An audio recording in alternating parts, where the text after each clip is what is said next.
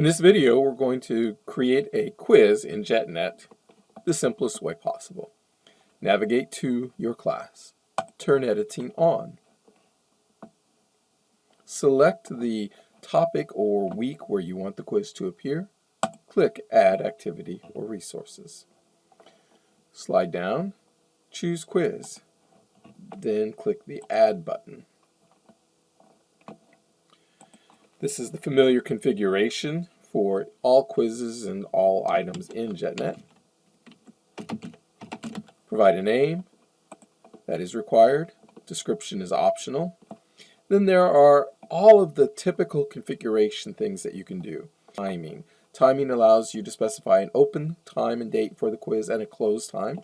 It also allows you to specify a time limit if desired. One of the things that you might want to change is how many times a quiz is allowed. Default is unlimited, but you can specify any number you want, as well as the grading method. The highest grade gives students the highest grade that they earn across, in this case, the 3 times that they're permitted to take the quiz. We're going to ignore the rest of the configuration, and we're going to click Save and Display. This brings us immediately into the quiz shell. Now, I want to make it very clear that in JetNet, quizzes are 2 separate things. There is the quiz shell, which we've just created, and then there are the quiz items, the questions. You have to think of those as being 2 separate things. In this example, the simple way of creating a quiz, I'm going to create the questions within the quiz shell, it seems like, but they are still 2 separate things. The very first time that you enter your quiz shell, it will tell you that no questions have been added yet. That's another clue that quizzes, the shell is one thing, the questions are another. You'll get this Edit Quiz button the first time, but after you add a quiz question, this goes away, and you'll have to know that you can look for it here, Edit Quiz, which is different than Edit Settings. Edit Quiz allows you to create or to select quiz questions. So I'm going to click Edit Quiz. Now we're going to, in the quiz shell, create questions. We're going to specify a maximum grade. I'm going to specify 10 for here and hit the Save button. The Save button is only needed if you change this number. You never have to hit Save in the quiz shell or in the quiz question creation unless you change the points for the quiz. And now I'm going to add a question. We have 3 choices. We can add a new question, that is to type a question within the quiz shell. We can add from a question bank, but right now I don't have any questions in the question bank. And you can choose a random question. Again, those random questions have to be stored in the question bank. I have no questions in my question bank, so I can't use that one. This is my only option for now. I have to choose the option, the type of question that I want. Multiple choice is most common. I'm going to click on Add. Have to give this a question name. Don't use question 1, question 2, and so on because they can be reordered. Give it a name that helps you remember the topic of the question as you do it.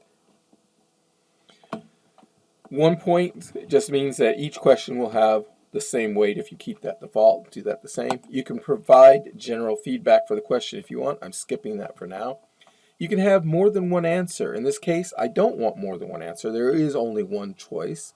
Shuffle the choices means that the question response as well as the distractors will be shuffled around within the question.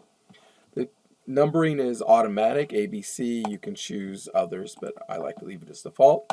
Choice 1 is Monday. That's not correct, so they get no points for that. So you see you can spread the points across multiple answers if you want. I'm going to leave that as none. Choice 2 is Tuesday, and that is correct, so that is worth 100% of the points. No points for Wednesday, points for Thursday, points for Friday. Now, if I wanted to, I could add more choices. Right, so now I'm going to save changes. We go back into the quiz syllabus quiz, and you see now I have question 1 or a question. This tells you that it is a multiple choice.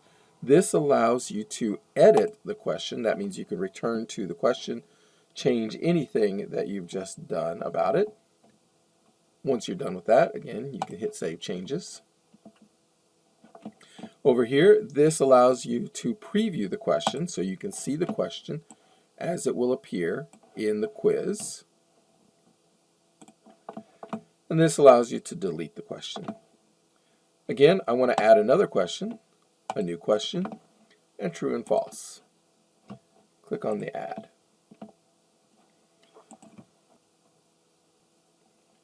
Specify question name. I actually use the question as the question name. Question text. Default points means 1 per. The correct answer is false, so I'm going to leave that. You can provide feedback here. You can provide feedback. Save changes. And now I have 2 questions here.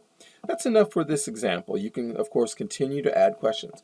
I would let you know that of all the types of questions, not all of them can be machine graded. Some of them are going to require that you grade them, such as a short answer or an essay. If you're trying to create a quiz that you want students to use and have formative feedback very quickly, stick to multiple choice and true and false. Okay, when I'm done with this, again, remember, I don't have to hit the save button. I can go back into my class, and now I see I have a syllabus quiz.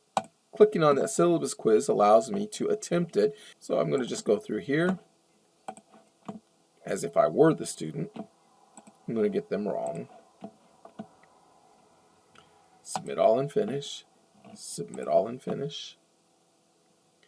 And now you can see that I have 0 points, 0 points. I got both of them wrong. It's a way for me to test it.